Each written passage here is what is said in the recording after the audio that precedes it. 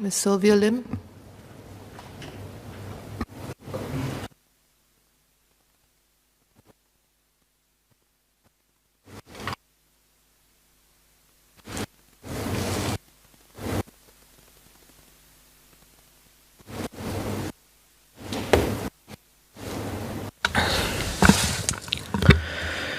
Madam Deputy Speaker, the motion calls for a whole-of-society approach to remove barriers that impede women from free participation in society.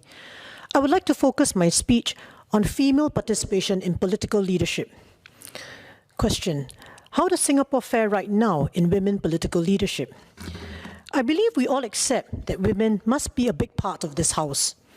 Women must not just be a big part of this House. Women should hold leadership positions in government and in political parties. Over the years, this House has seen progress. For decades before 1984, the House was all male. After the 1984 general elections, 3 women were elected on the ruling party ticket: Dr. Aileen Wong, Dr. Dixie Tan, and Mrs. Yufu Yishun. They made up about 3% of the total MPs. Today, the House is touching 30% women, a 10-fold increase. We have female ministers, we had a female speaker, we continue to have female leaders of the House. How are we doing if we compare ourselves globally? The Interparliamentary Union IPU puts out a country ranking of the percentage of females in national legislatures. Singapore, with its nearly 30% female MPs, is at rank 54 in the world. When one looks at the countries above Singapore, they are an incredibly diverse mix of countries at different stages of development. Singapore lags significantly behind the Nordic countries, as well as Rwanda and the UAE, who have between 40 to 61% of women legislatures. We are doing slightly better than the USA at 27%, and about on par with Germany and Australia, who are at 31%. When one looks at the list of countries with high proportions of women legislators, one will notice that certain countries who are not known for gender equality seem to be high on the list. Therefore, while the numbers matter, we should not have women fill places in parliaments for its own sake if they do not play a meaningful role. Let me take an analogy from the corporate world. The Singapore government has been advocating that boards of companies should aim to have 30% of women directors. In order to reach 30%, some family-run companies may be tempted to appoint female family members, but that would not be meaningful if these women did not exercise independent decision-making. To that end, it is somewhat reassuring to see that in Singapore politics, there is an increased presence of women playing influential roles. There are more female ministers in cabinet than ever before, helming ministries, but we want to see more. There are also more female opposition MPs than ever before. We want to see more of them too. But what will it take to increase the pool of able and willing female Singaporeans entering the forefront of politics? Any political leader in Singapore will know that it is more difficult to find women to stand as candidates in parliamentary elections. I count myself fortunate that I did not face any family or societal pressures when I decided to join the Workers' Party 20 years ago. Not having a spouse or children, I did not need to agonize over how the family would cope without me at home at night, or how their lives and morale would be affected by nasty media headlines and the testy exchanges that take place in this house from time to time. As for my parents, they are persons of great fortitude. My mother is a retired nurse who has seen life and death emergencies. As for my late father, he simply laughed it off on learning that I had joined the Workers' Party, saying, and I quote, "Congratulations, you are one step closer to the prison," unquote. I consider myself fortunate. Other women are not so free. Time and again, we find potential female candidates who are unable to freely decide whether to stand as candidates compared to males who seem to have fewer inhibitions. I believe the Workers' Party is not unique in this experience. Women, especially those with young children, are burdened with worry and even guilt, wanting to be there for their families at key moments of their children's development. The expectations of family members, particularly parents and parents-in-law, add more pressure to mothers. Employers, too, may doubt a working mother's ability to cope with her work and political responsibilities as well. I do not notice such pressure and apprehension in my dealings with potential male candidates. I should clarify at this point that I'm not saying that a woman who decides that her family is the most important thing to her is somehow underachieving or undercontributing. Far from it. What I am saying is that we should empower women to freely make these choices. Women should be confident that in their ecosystem, family responsibilities are shared. They should be confident that their contributions to the wider society are cheered and supported, and not seen as derelictions of their duties as mothers, daughters, and daughters-in-law. Some countries have tried to boost female participation in their legislatures through the imposition of legal quotas. I'm personally very wary of going down this route, which has led to some perverse outcomes elsewhere. I learned of this a few years ago when I was part of a Commonwealth delegation observing a national election on the African continent. Several female politicians shared that their experience with legal quotas had not been good. Their national elections had proportional representation systems of affirmative action for women. Political parties would put up lists of female candidates who would be assured of entering parliament depending on their party's overall vote share at the polls. Unfortunately, in some instances, women who wished to be prioritized on the list were subjugated to the whimsical decision-making of their male party leaders, including acceding to humiliating demands. We should not go down this route of legal quotas. On the other hand, more countries seem to have had sustainable success with soft targets or aspirational quotas. These voluntary targets serve as benchmarks to aim towards, without being overly rigid in application. Some countries saw political parties voluntarily setting up party quotas, promising the electorate that they would field at least a certain percentage of women candidates. This happened due to political competition, as political parties jostled to gain support from a more demanding electorate and especially from female voters. Although political parties in Singapore have not announced any voluntary quotas of women candidates, my observation is that the parties are indeed conscious of the need to field at least a minimum proportion of women. Let me cite some numbers.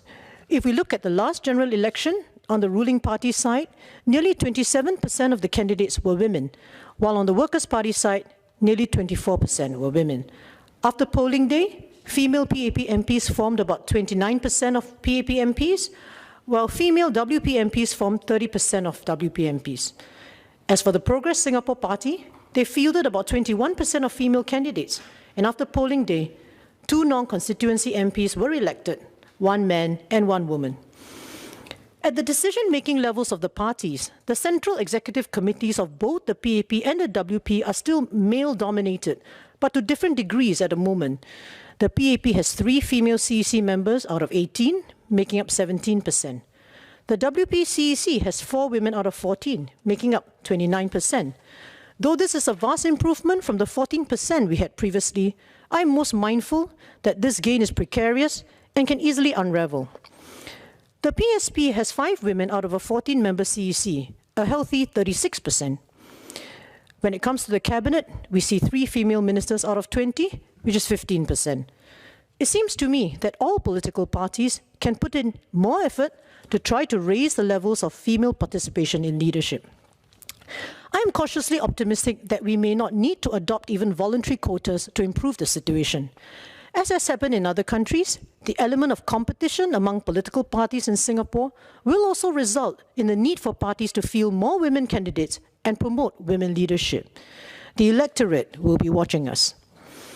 However, given the social context, it will not be an easy slog unless the whole of society embraces policies which make it conducive for women to step up to the political forefront. I now turn to the relevance of gender equality in society to fostering increased female participation in politics. Madam, the motion posits that there is a link between gender equality and the empowerment of women to freely realize their full potential. It is thus relevant to us whether a society that nurtures gender-neutral culture will organically see more women in politics. Gender equality assessments across countries are regularly done, and there are reports and rankings of gender gaps worldwide. For instance, in March this year, the World Bank published the Global Gender Gap Report 2021. This report assesses gender gaps in countries across 4 fields: political empowerment, economic participation and opportunity, educational attainment, and health and survival. Of all the 4 fields assessed, political empowerment is the one with the largest gender gap worldwide. If one looks at the top 10 countries deemed to be the most gender neutral, one sees that 8 out of these 10 most gender neutral countries are also in the top 25 for female representation in their parliaments. These include the usual suspects as the Nordic countries, as well as New Zealand, Namibia, and Rwanda. According to this gender gap assessment, Singapore was 54th globally. Coincidentally, the same ranking we received on the percentage of female representation in Parliament. An academic study of 36 European countries was published last year, which attempted to test certain hypotheses as to why countries might have higher or lower percentages of women in their parliaments. The study tested 2 hypotheses. The first, whether higher percentages of women parliamentarians was found in richer countries, measured by GDP per capita. The second was whether the proportion of women parliamentarians was correlated with a country's character as measured on a masculinity index. The masculinity index was determined based on a variety of factors such as the importance of money, high economic growth as a priority, men earning more than women, and traditional family structures. Such masculine traits were to be contrasted with the femininity index, which valued caring for others and the quality of life. Singapore was ranked in the middle of the scale.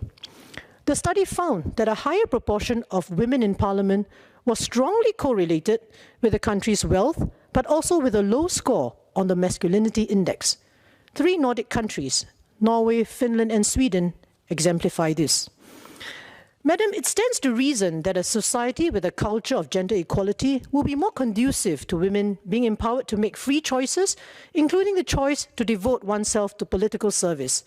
For instance, more equal sharing of childcare and eldercare responsibilities will ease decision-making for women. Wage levels should be comparable for equivalent work so that it may make economic sense for husbands to decide to work part-time or not at all. Flexible work arrangements will unlock possibilities. The list goes on. Singapore should continue in this direction if we wish to see sustained streams of women contributing to their full potential, including those who will step forward to serve as political candidates, MPs, and ministers.